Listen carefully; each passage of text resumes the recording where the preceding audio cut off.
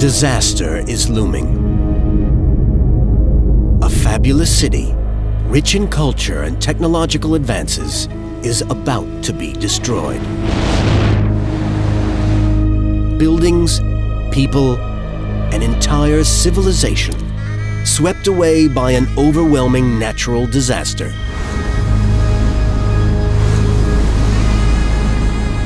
For this is Atlantis, the ancient land that legend has it was sunk beneath the waves 11,000 years ago by a massive cataclysm.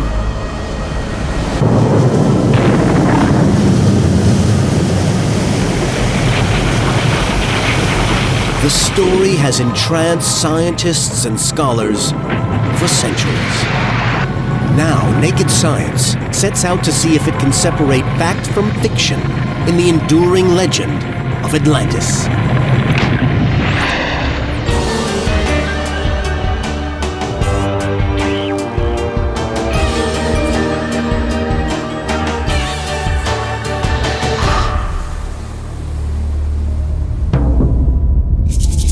Atlantis is one of the most fascinating of all historical mysteries. Stories about the disappearance of this legendary island city have echoed down the centuries since it was first written about by the Greek philosopher Plato over 2,000 years ago. But is the drowned city of Atlantis just a myth? Or is the legend based on a civilization that really did exist? And why are so many of us so keen to believe in it? Like a perfect place, a Garden of Eden, the quintessential society. It did exist, and I think it's still there. It seemed like it was a very advanced society and that they had a lot of technology. It's heavenly and pretty and resort-like. So if Atlantis did exist, where is it now? Naked Science travels the globe in search of the lost world and explores 4 possible sites for its watery grave. Our journey takes us to the shattered fragments of a Mediterranean island that 3,600 years ago was blown to pieces by a shattering volcanic eruption. We see the remains of a civilization that built the most ancient temple structures in the world before mysteriously vanishing. We then traveled to the Caribbean to investigate strange underwater formations recently discovered off the coasts of Cuba and the Bahamas.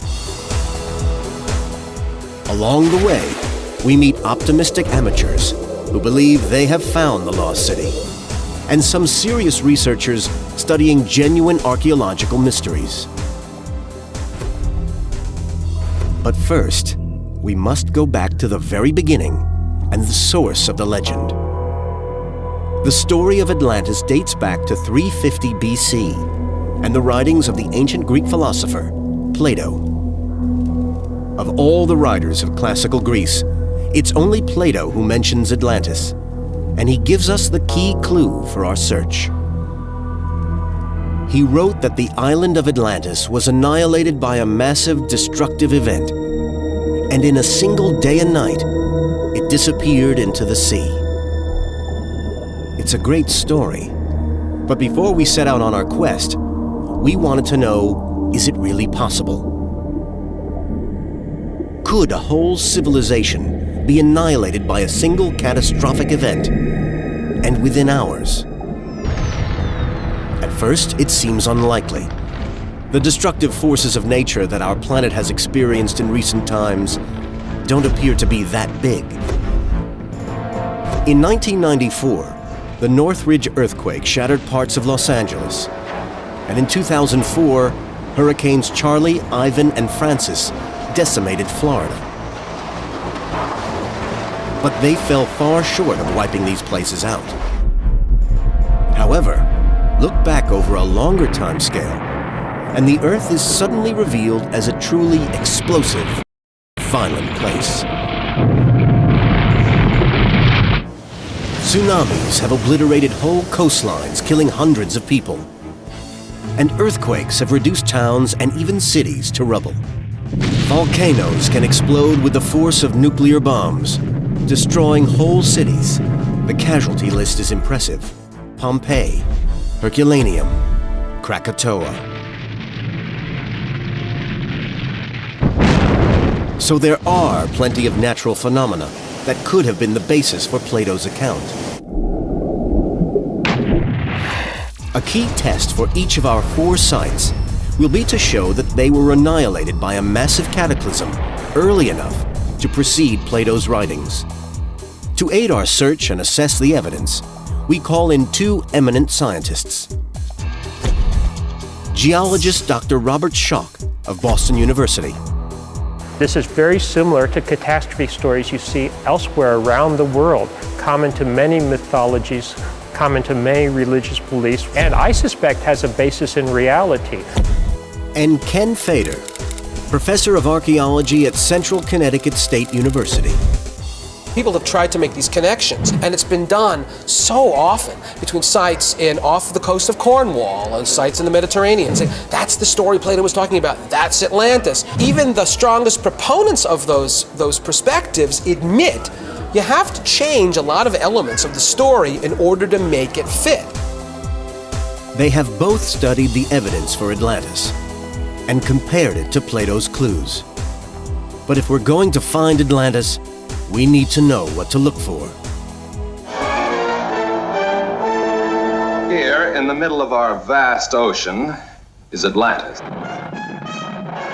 Over the years, our image of Atlantis has been colored by the imagination of Hollywood screenwriters. Atlantis, a world that worshipped strange gods of science, a science gone berserk in the dread house of fear. So for our search, we must leave these science fiction fantasies behind and turn to Plato's original description. Exactly what clues has the Greek philosopher left us? His description of Atlantis comes to around 40,000 words and is peppered with remarkable details. He tells us that it was a vast city laid out in concentric circles of land and water. It was built of red, black, and white rocks. The people sacrificed bulls. The land was grazed by elephants. And it existed around 9000 BC. But most important of all, it was destroyed by a catastrophe and sank beneath the waves. If any of our 4 locations is Atlantis, it must match all, or at least most, of these descriptions. The modern-day search for Atlantis owes its origins to one man, Ignatius Donnelly, a 19th century politician and writer. Plato wrote this little tale about this fictional kingdom. Donnelly ran with it. Donnelly was intrigued by the similarities between ancient civilizations on both sides of the Atlantic. The pyramids of Central America, he thought, looked remarkably similar to the pyramids of Egypt. Could they have had a common origin? In 1882, he published a best-selling book in which he proposed that the great technological advances of the ancient world all came from one earlier civilization, Atlantis. He argued that when Atlantis was destroyed, its survivors spread their knowledge across the globe, passing on the skills to build such diverse wonders as the Egyptian pyramids and the Mayan temples in Mexico. It's really Donnelly who introduces the whole concept that Atlantis is this mother civilization, this core culture from which everything else in the ancient world derives. Donnelly's theory sent Atlantis hunters rushing to the 4 corners of the earth.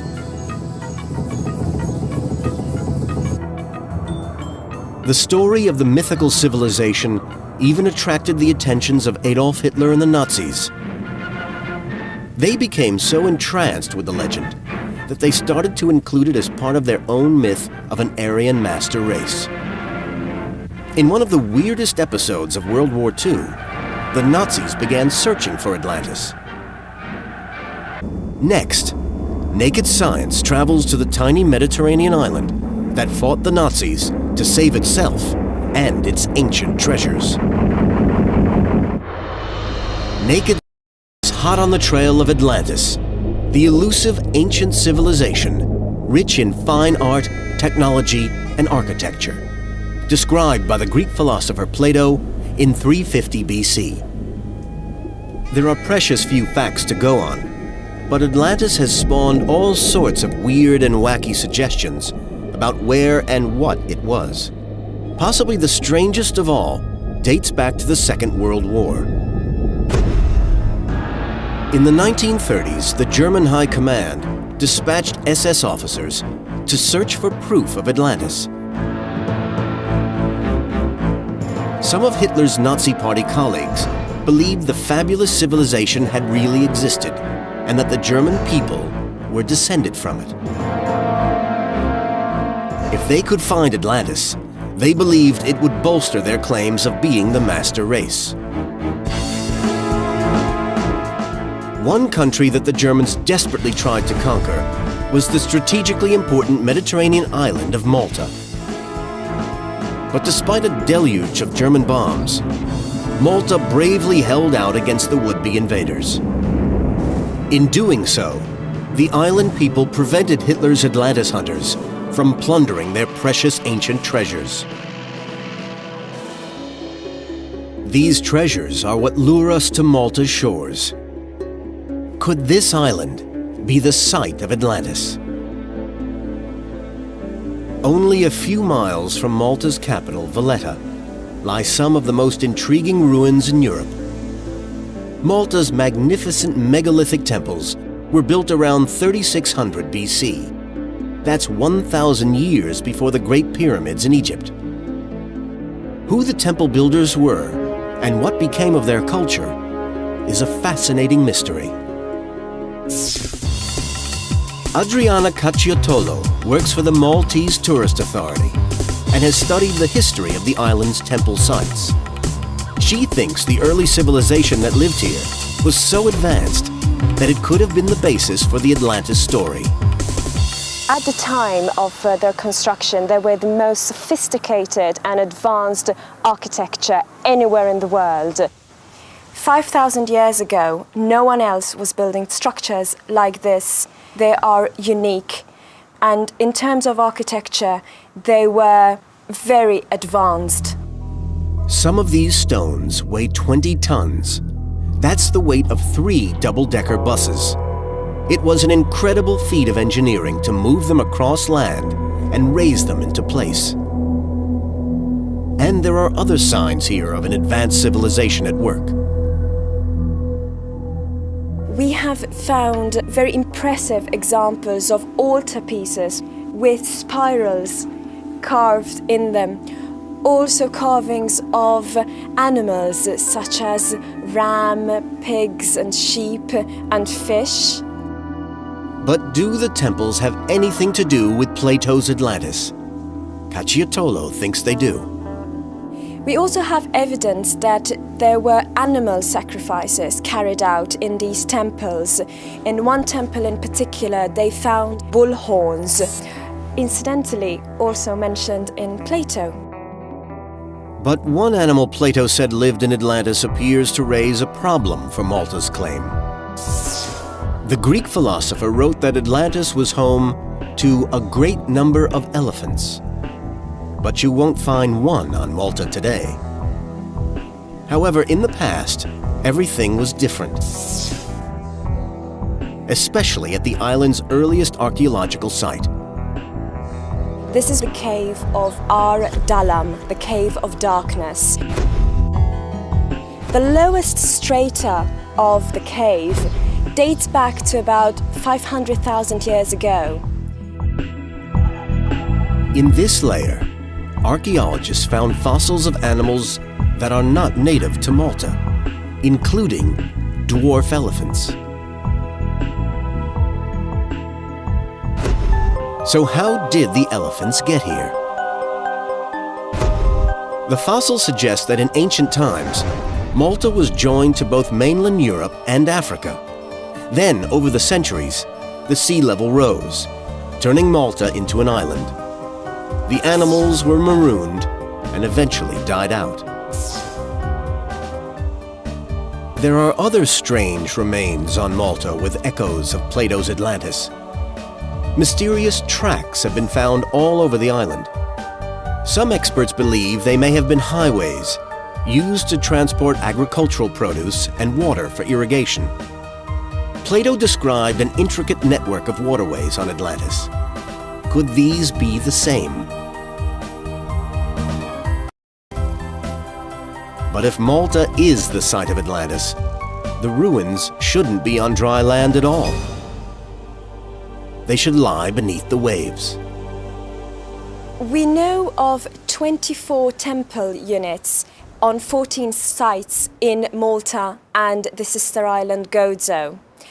However, no one knows how many other temples there could be under the water. In the last 5 years, divers have discovered what may be more temples off Malta's coast.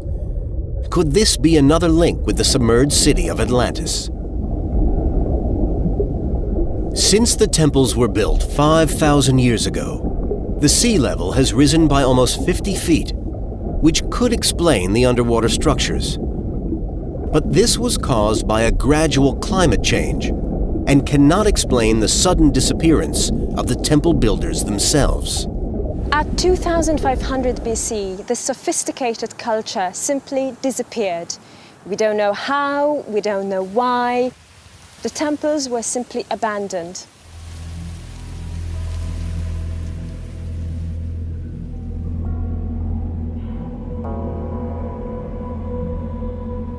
What could have caused this civilization to just disappear?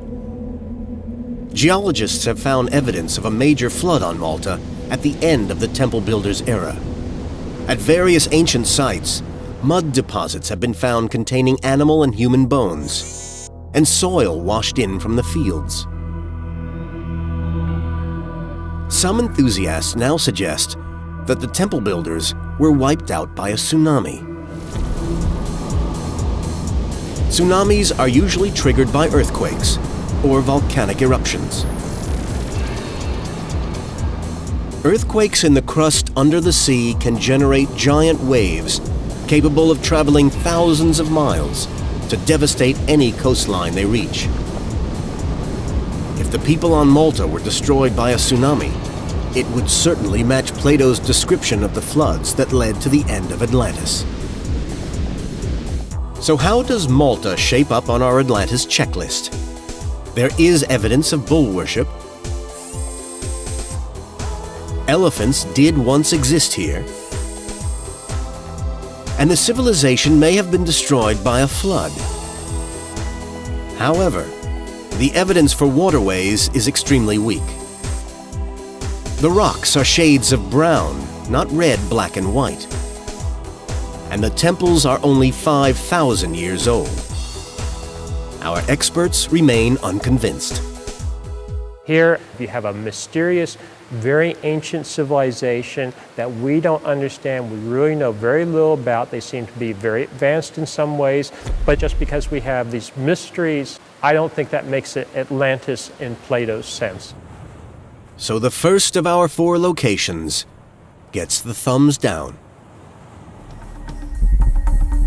Next on Naked Science, we leave the Mediterranean behind and travel across the Atlantic.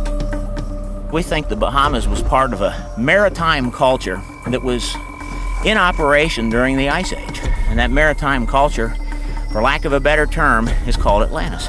Could these stones be part of an ancient building? Naked Science dives into the Caribbean to find out next. Is Atlantis fact or fiction?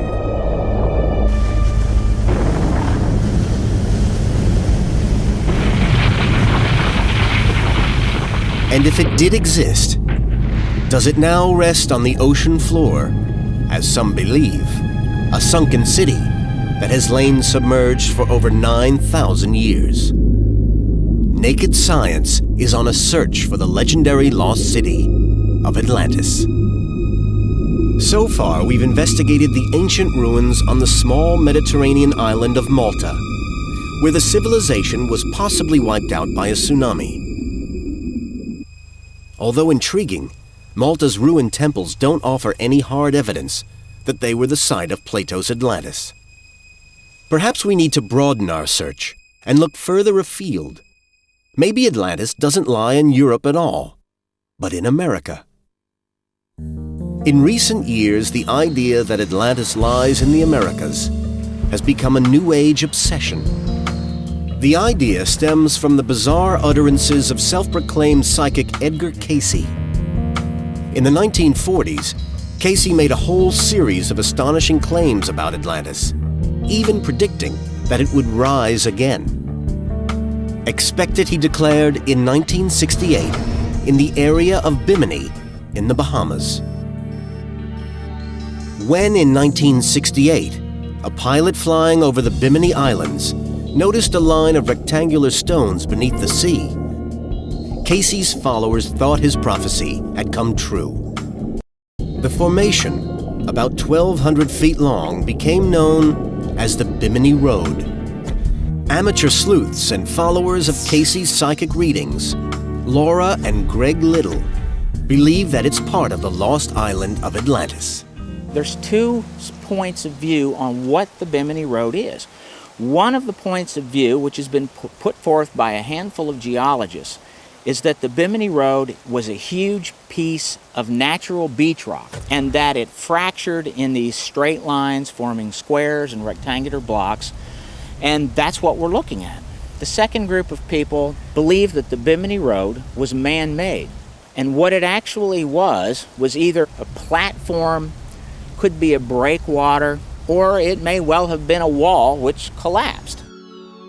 Greg and Laura Little figured that if the Bimini Road was part of Atlantis, then there should be other structures nearby. Hearing of a similar formation off the coast of Andros, the largest of the Bahamian islands, they started searching the area. In 2003, Greg Little found an underwater formation that looked just like the Bimini Road.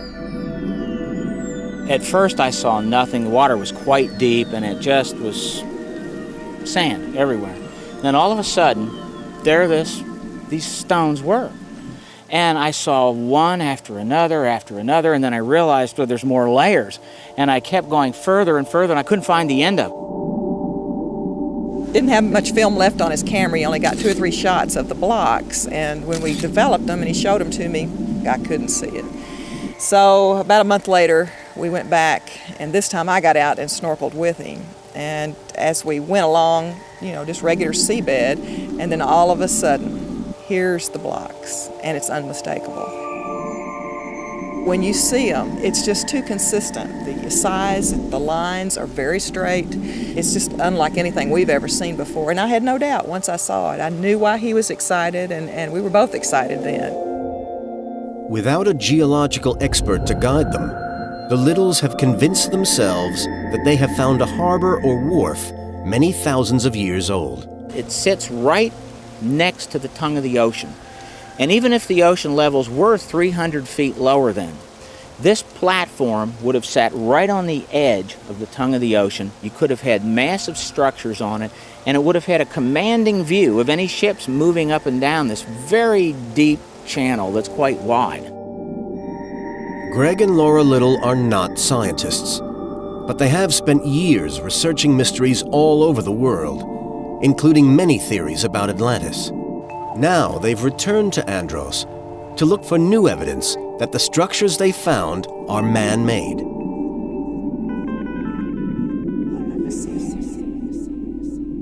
If they can show that the stone blocks are the work of an ancient civilization, Greg believes it will rewrite the history of this region.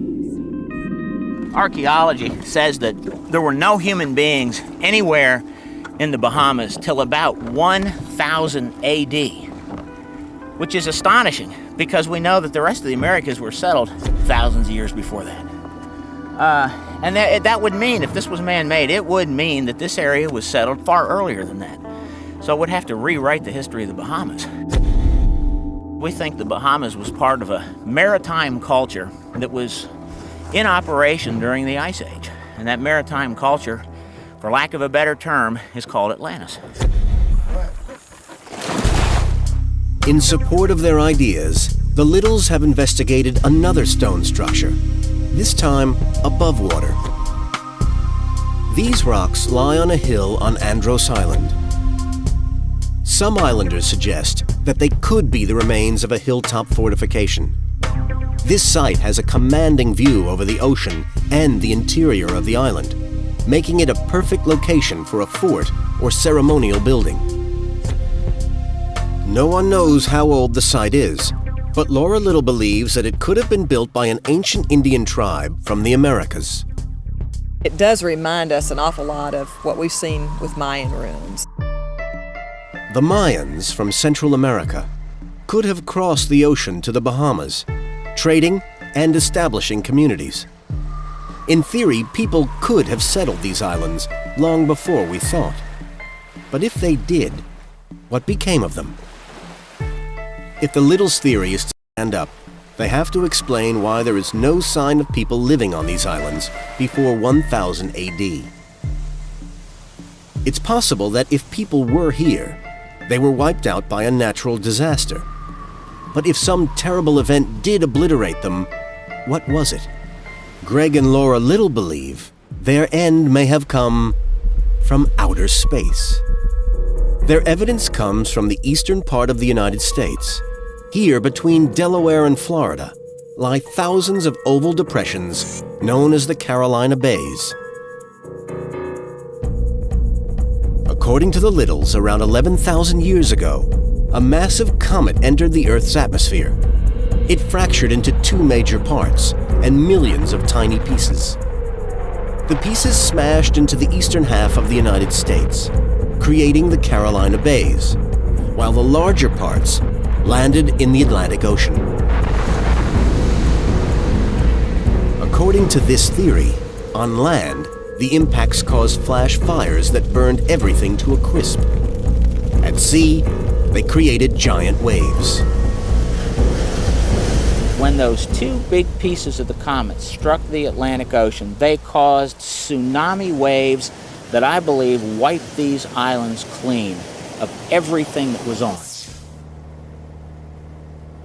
That's why we can't find evidence of humans here before the year 1000, but that's why we can find something like the Bimini Road and this Andros platform. These are massive, built right at the edge of the water, and while everything on top of them may be swept away, the foundations themselves remain. There's just one problem with this theory. Scientists studying the Carolina Bays have found no evidence of a comet impact. Instead, they suggest that they were formed by glaciation or wind erosion, but they don't know for sure. Even though what created the Carolina Bays remains a mystery, Greg and Laura resolutely hang on to the belief that the Bahamas is the most likely site of Atlantis. In their hunt for new evidence, they trawl the area around the underwater stones they found last year. But this latest search is proving frustrating. Well, we were here 4 times last year, and since then, the bottom has been covered with sand. There's a lot more turtle grass on the bottom, too. Nevertheless, we did see a lot of areas that we didn't see at all last year. Actually, the formation is larger than we thought. I managed to clean off several seams between stones, but I can't tell whether they're man-made or not. I'm not really disappointed, but I can say this, that if we don't find out within the next few years what this is, we probably won't know, because it'll be covered with coral by then. So what do mainstream scientists make of the Littles' claims? Dr. Robert Schock is a geologist at Boston University. Does he think the Bimini Road could be the remains of Atlantis? I have to admit, I've not been to Bimini to look at firsthand, but what I've seen of the photographs, what I've seen of the best technical reports, which I have scoured through, I'm not even convinced it's artificial, much less Atlantis. And I have had experience diving on other sites that were said to be artificial, and I found were absolutely natural, maybe unusual natural formations, but natural. You can get patterns in nature also. So how do the Bahamas rate on our Atlantis checklist? The underwater rocks are probably natural, not man-made structures destroyed by a catastrophe. We have no firm evidence of a catastrophic event pre-Plato, around 9,000 years BC.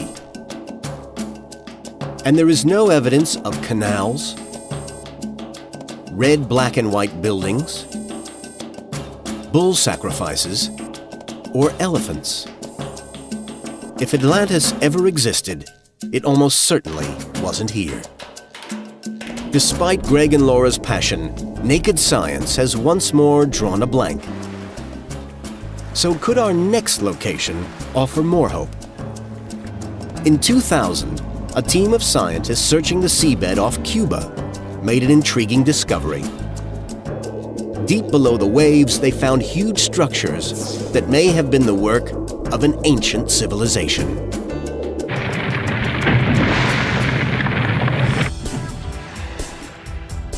Many people have claimed they have found the site of the mythical lost city of Atlantis.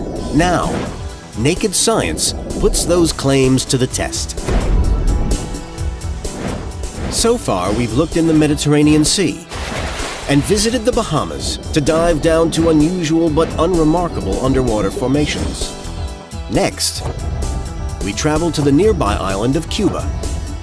In deep waters off the Cuban coast, we've learned of other mysterious structures which appear at first sight much harder to explain.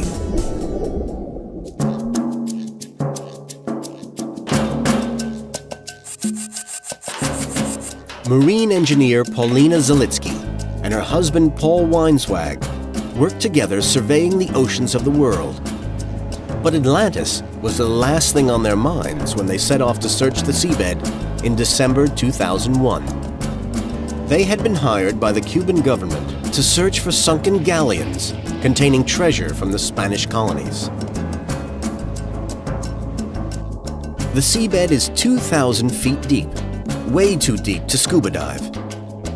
So they survey the area with side-scan sonar, a device that uses sound waves to produce images of the sea floor. They don't find Spanish galleons, but they do find something unexpected. We saw a huge submarine, very large submarine. We don't know whose submarine, but it was right there in area on ocean bottom. They had stumbled upon modern military activity in progress, but their encounter was brief. The submarine moved away before it could be identified. But a little later, their side-scan sonar lights up with another startling image. The graphics had symmetry and geometry and architecture to it, things that did not look natural. The structures look man-made, almost like something out of a James Bond movie. We decided that it's probably something related to submarines.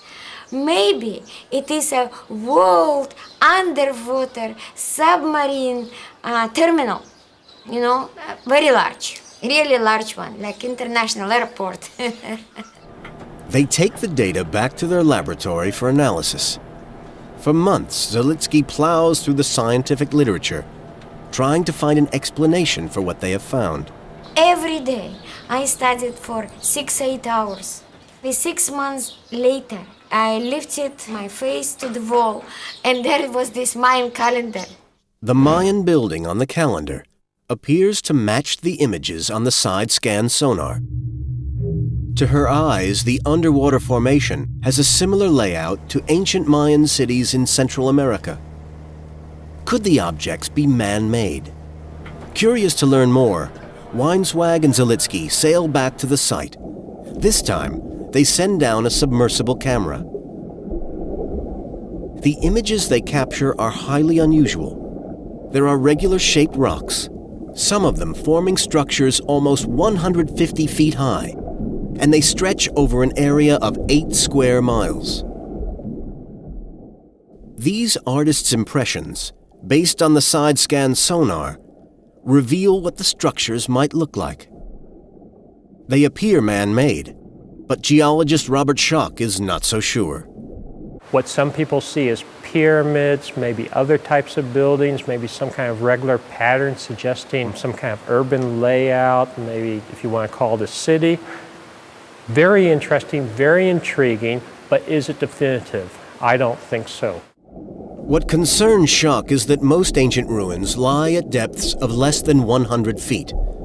No one has ever seen anything this deep.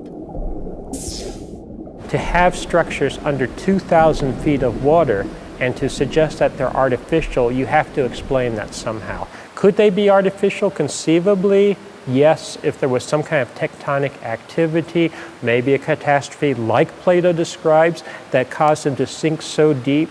But still, this is something that really needs to be investigated. If there was a violent event that caused the land here to sink, no one knows what it was. But from circumstantial evidence he's collected, Paul Weinswag thinks the structures could once have stood on an island. When our consulting geologist went out with us, he showed us the outlines of an existing island that had sunk. Could the structures at the bottom of the sea have once looked like this? According to Weinswag, a story uncannily similar to the Atlantis tale appears in the oral legends of the Yucatan province of Mexico. It describes the origins of the native people. These origins were traced to an island that sank to the east of Mexico in a great cataclysm. In one night. In a single night. And this island had been peopled by a tall white race that had seeded the advanced forms of culture, architecture, astronomy, agricultural science, and so on. So is there any possibility that this is Plato's Atlantis? How does the Cuban site fare on the naked science checklist? If the structures are man-made, then they must have been sunk by a catastrophe. But there is no indication of when it was, or any sign of red, black, and white rocks. And hardly surprisingly, there is no evidence of circular canals, bull worship, or elephants. Intriguing? Absolutely. Science still has a lot of work to do in Cuba's deep sea. But is this Atlantis? Probably not. I'm not convinced that they're artificial, much less Atlantis. But do I leave the possibility open? Yes. It deserves a lot more investigation. Weinswag and Zalitsky have already planned their next expedition with manned submersibles and vastly improved lighting and photographic equipment. They hope that next time they will bring back conclusive proof of a great ancient civilization that once thrived in the Caribbean.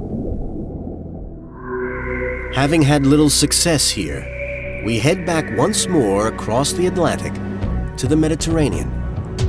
Our last candidate, and perhaps the strongest contender for Atlantis, is an island that lies close to ancient Greece. Here, one of the most sophisticated cities ever to have arisen in the ancient world was blown to smithereens in one of the worst natural disasters in human history. Perhaps this is, once and for all, the origin of the legend of Atlantis.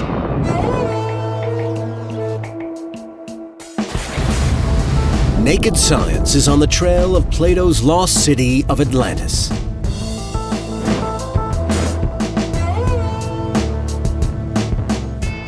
Although explorers and cranks have claimed dozens of sites to be the remains of the lost civilization, probably the best candidate of all is the Greek island of Santorini. Here in 1967, archaeologists sensationally discovered a beautifully preserved ancient city buried deep below the earth. They quickly established that it belonged to an advanced civilization, the Minoans, based on the nearby island of Crete. Famous for their magnificent palaces and beautiful frescoes, the Minoans controlled a vast empire long before the rise of classical Greece. But about 3,400 years ago, they suddenly and mysteriously disappeared. Might this be the civilization of which Plato spoke?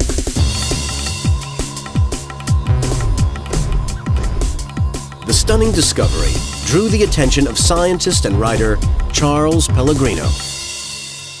The city itself is a very fascinating find.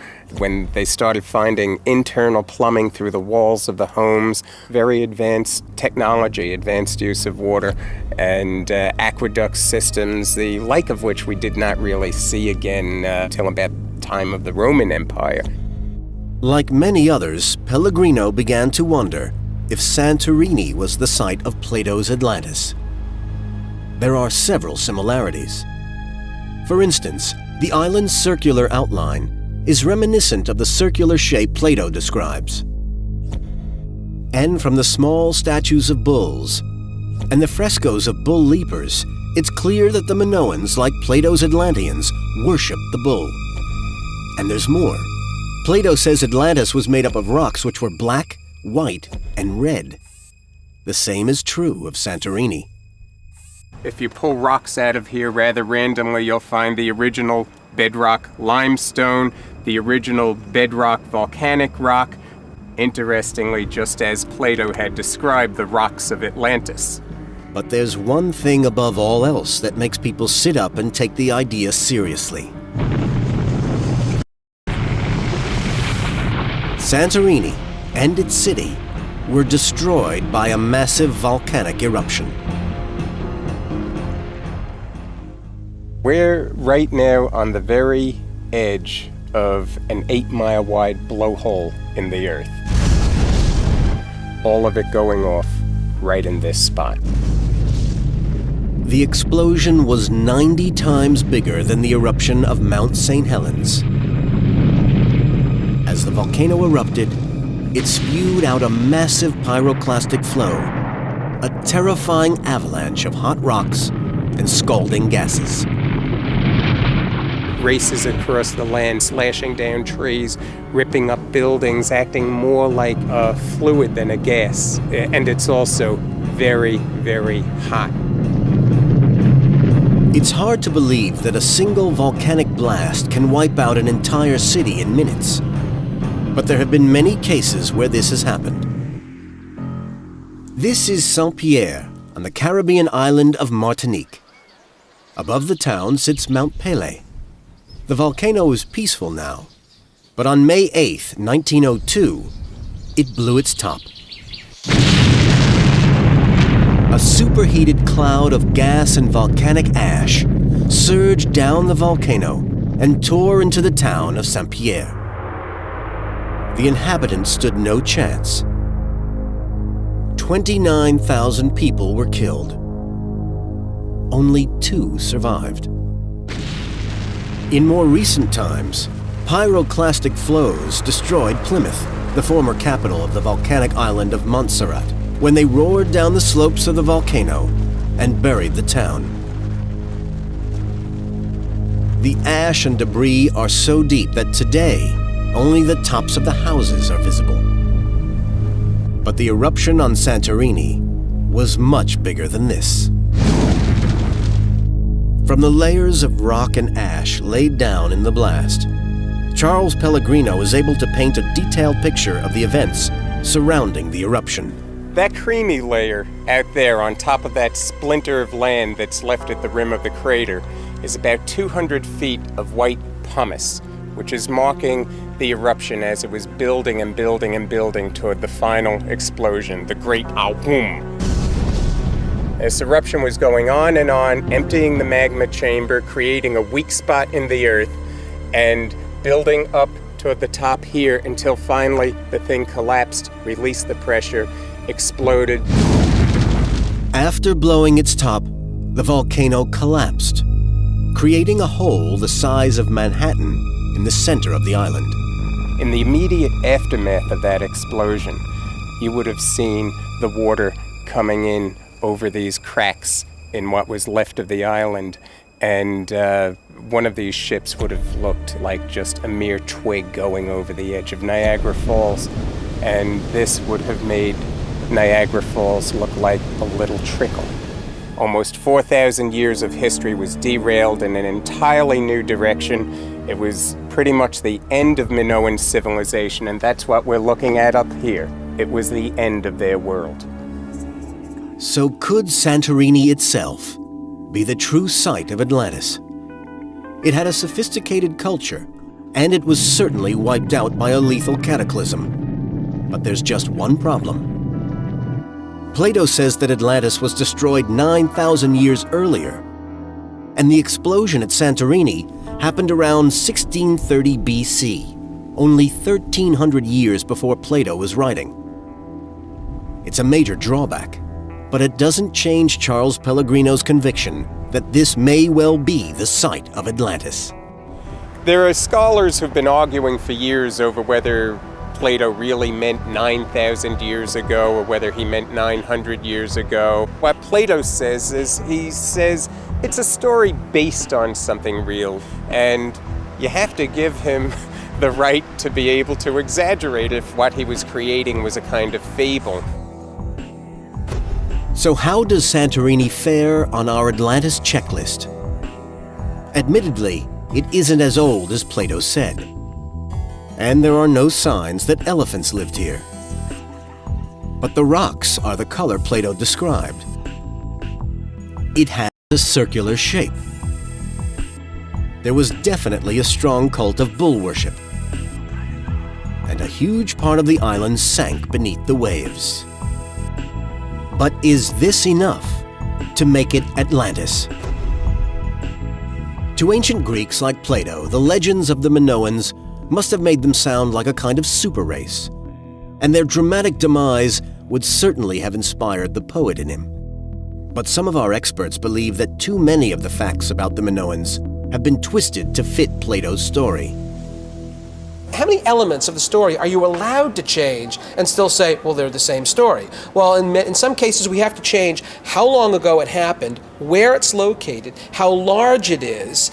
I can make a rat a cat by changing elements of that rat, but that doesn't really make a rat and a cat the equivalent. The Minoans were an advanced civilization. But was Atlantis one of their cities? Perhaps we shall never know.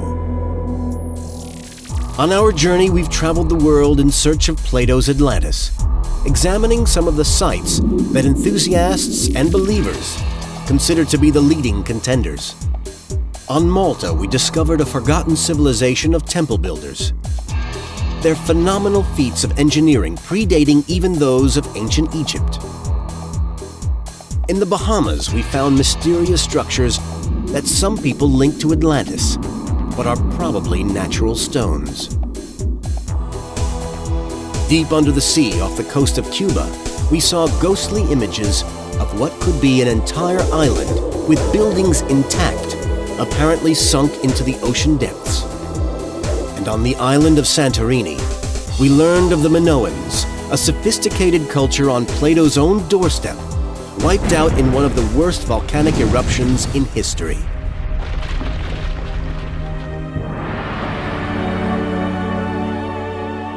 In each place, we have seen fascinating parallels with Plato's description of Atlantis. But none fits the story perfectly. Naked science concludes that, based on the evidence we have, Atlantis must remain a mystery, no more than a myth.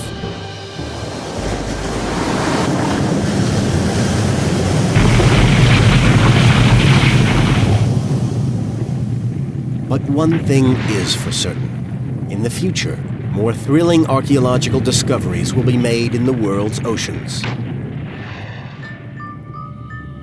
And who knows, maybe naked science could yet be proved wrong.